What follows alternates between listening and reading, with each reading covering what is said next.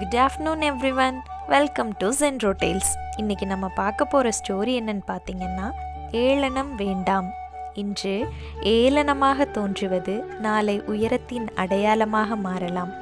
காளான் ஒன்று தன் அருகிலுள்ள ஆலமர விதையை பார்த்து, ஒரே நாளில் நான் வளர்ந்து விட்டேன் பார்த்தாயா, நீ இன்னும் துளிர்விடவே இல்லை என்று ஏளனமாக பேசும்.